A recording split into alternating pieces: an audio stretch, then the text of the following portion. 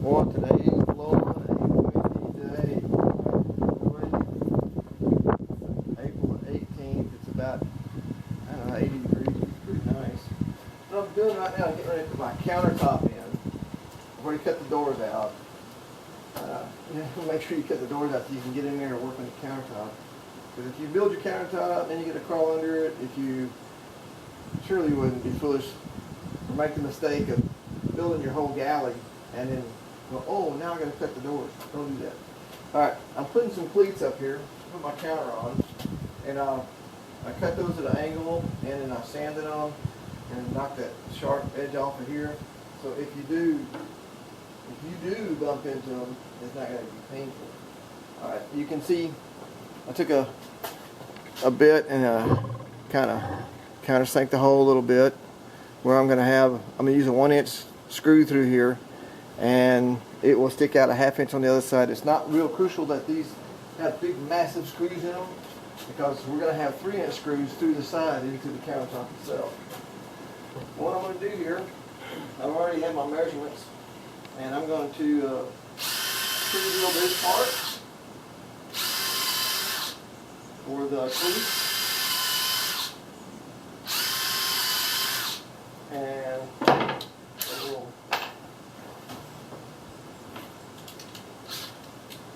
always make sure you got 2 screwdriver tips close by. If you sit on one or lose it like this, I'm going to move you all to a better view. I don't want to look at my back all the time. Maybe just a bit of advertising on my back. That'd be awesome. But not happening. Alright. Here we go. We got our hose countersunk. Make sure you get those little splinters like that off of there so it doesn't hold the wood up and away from it. And it's not really imperative that you put a huge amount of glue on here, because this glue spreads once you put some pressure on it, and it'll do the job really, really well. So, and one thing you don't want is to run it down here on this wood if you intend on just varnishing the wood and going with the raw wood look, or maybe you want to stain it. And if you want to stain it, you got glue on it. That glue is going to leave a spot there that the stain will not penetrate properly. And it's going to look ugly. You're going to be so unhappy with that.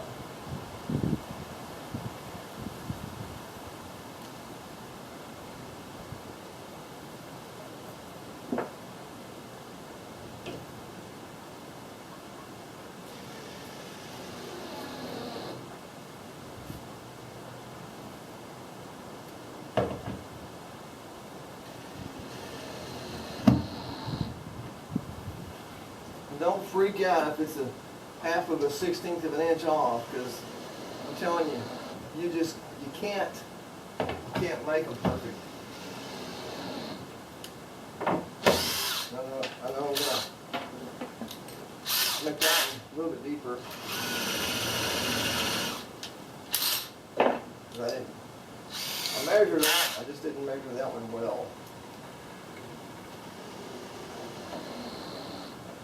Just see the glue starting to bubble up in there. It's not really, I call it bubbling, but it's just starting to squeeze out a little bit. All right, that's okay there. But if you had more running out, then you don't want that. Okay. So now what I want to do is I want to.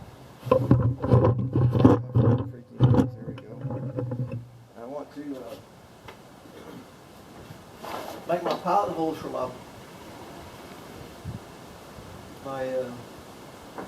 countertop from the outside, and this just gives me a quickie idea of where the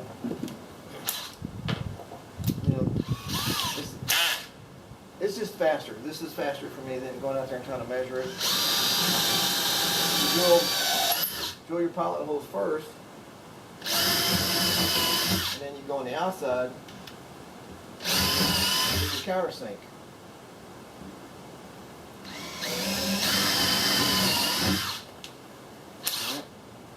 We'll take our countersink,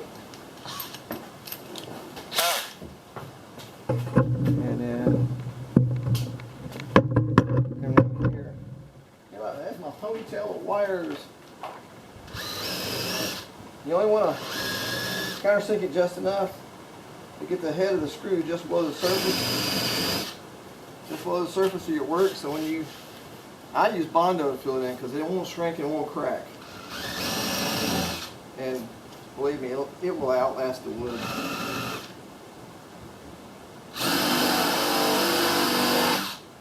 Get crazy and drill all the way through, and you got to put wood filler in, make a new hole, blah blah blah. You know what you got to do. So here we go. All right, I've got all my pilot holes.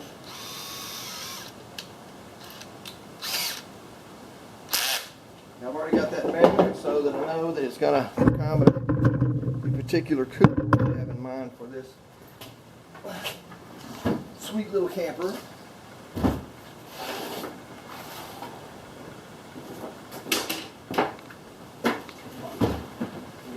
Gotta give me just, look at that.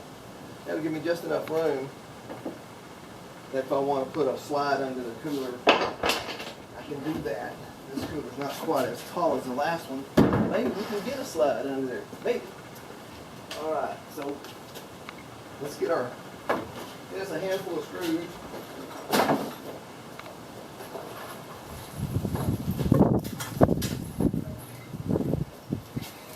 I don't know why I said a handful of screws. I don't know, I'm only going to need 8. And let's get our countertop.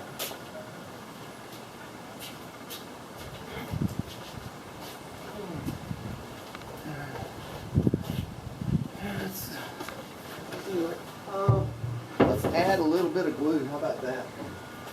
Add a little glue here and there. Remember, don't put so much that it squeezes out. Makes your work ugly.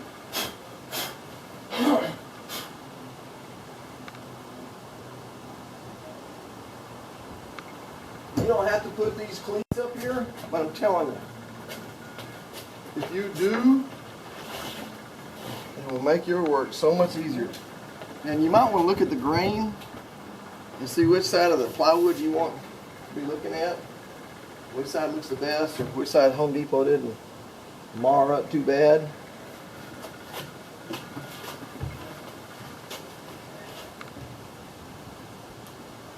That has both sides are pretty. I like both sides. I can't make my mind up. I like both sides of this piece of plywood. All right, let's lay it in there. Go slow, because you can bruise your plywood.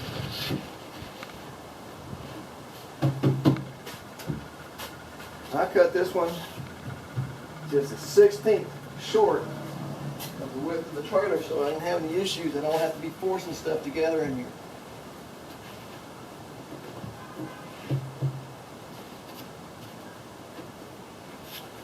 Go.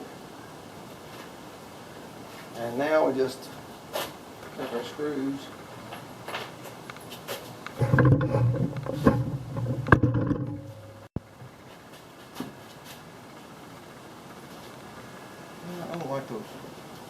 I don't like those particular screws. I want some bigger ones. I want some bigger ones. You're making it strong. Put in as big as screws you got.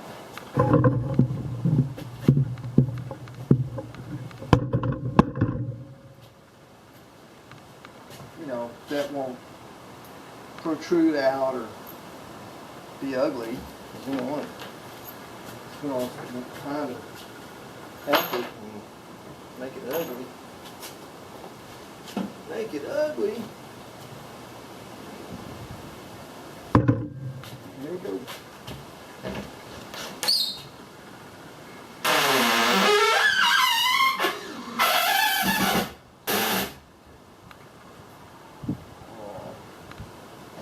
Countersink those enough. I was trying to be careful so I had plenty of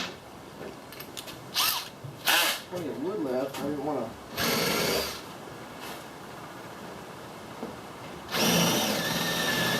make it so deep that you don't have enough wood to anchor on.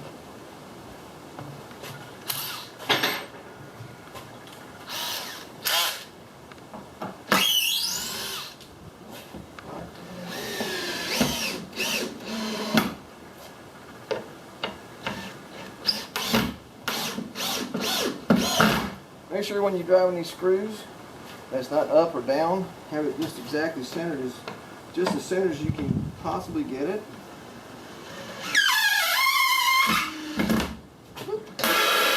That's one of the drawbacks of working on a cradle. But I said that on the next build I was going to put some casters with brakes, and I hadn't intended to do that. And I did not get the casters with brakes. And you don't have to drive that in there. You don't have to make that tight. I'm telling you. Just snug it up. And then what I'm going to do is, we'll measure this in. You can see I'm hooking it right there, coming up here, maybe 33 1/8. And there. Look at that. Oh, man, that is so close. That's it right there, 33 1/8.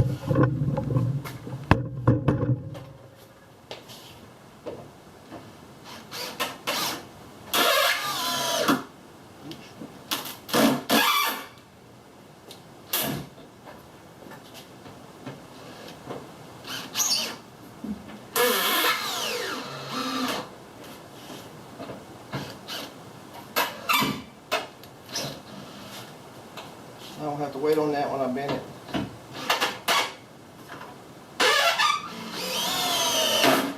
I got excited and bent that screw. I'm going to have to change it out. Alright, that's the countertop minus that screw I got excited. So, there we go. There we go. Look at this guy sitting here waiting to go camping. Ready to go camping. Alright.